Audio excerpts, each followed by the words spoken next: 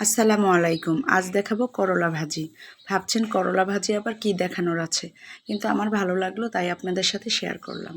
আর করলাটি আমি কালো জিরা দিয়ে ভাজি করব।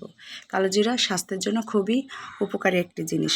স্বাস্থ্য সচেতন হিসেবে আপনি প্রতিদিনই খাবার তালিকায় রাখতে পারেন কালো জিরা।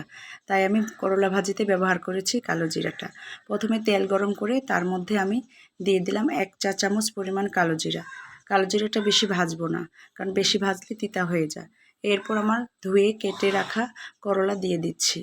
করলার ভিতরে যে যেমন ঝাল ব্যবহার করেন সেটা তার পরিমাণ অনুযায়ী দিবেন। আমি দিয়ে দিচ্ছি পেঁয়াজ কুচি। পেঁয়াজ কুচির পরে আমি এখানে দিয়ে দিব সামান্য একটু বোম্বাই মরিচ। আপনারা আপনাদের পছন্দ অনুযায়ী ঝাল ব্যবহার করবেন, লবণ খাবেন, কিন্তু সব কিছুর তো একটা পরিমাণ অনুযায়ী স্বাদের প্রয়োজন আছে। তারপর দিয়ে দিচ্ছি, নেড়েচেড়ে দিচ্ছি, এবং আমি এটা ঘন ঘনই নাড়তে থাকবো যাতে নিচে লেগে না যায়। দিয়ে দিব পরিমাণ মতো লবণ। সবগুলি উপকরণ এবং উপাদান যদি এক সমান হয়, পারফেক্ট হয়, তাহলেই কিন্তু খাবারটি অসাধারণ হয়ে ওঠে। এভাবে আমি নাড়তে থাকলে আস্তে আস্তে একটু করলাটা নরম হয়ে আসবে, এবং দিয়ে দিয়েছিলাম পরিমাণ মতো লবণটা। বাস, আমার কালো জিরা এবং করলা একসাথে ভাজা হয়ে যাচ্ছে।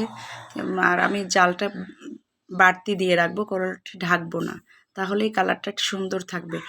বুঝতেই পারছেন আমার করলা ভাজির কালারটা দেখে, এটা ঢেকে দিলে আর এই রঙটা পারফেক্ট থাকে না।